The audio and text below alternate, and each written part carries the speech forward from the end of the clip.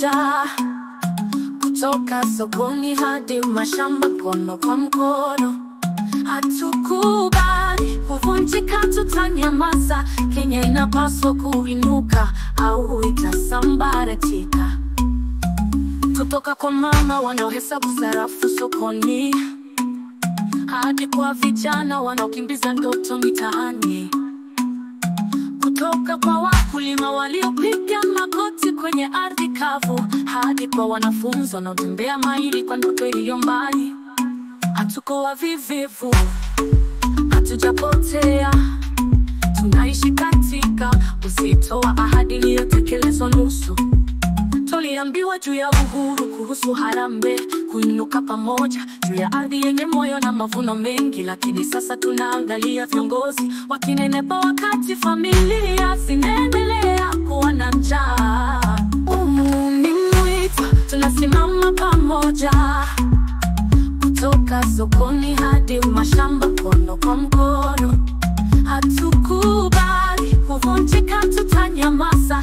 Kenya inapaswa kuinuka au itasambaratika. Si wasi bali ni hoja, si ghasia bali ni maono. Tunahitaji chakula kisichodhalilisha utu wetu. Tunahitaji kazi inayothamini juhudi zetu. Tunataka viongozi wanaokumbuka kwamba mamlaka ni huduma, si hadhi.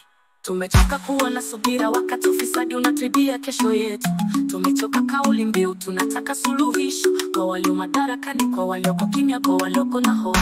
Kenya inapaswa kuinuka au itasambaratika, na tutakubali kuvunjika, kwa sababu tunaipenda ardhi mno ili kuiacha izame katika kimya.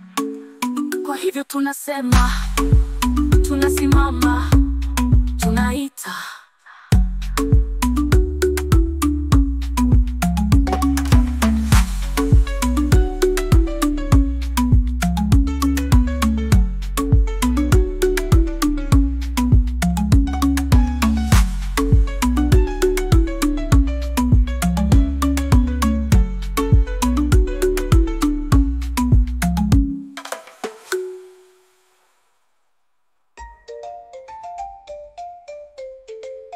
Tunasimama, tunaita kwa ukweli.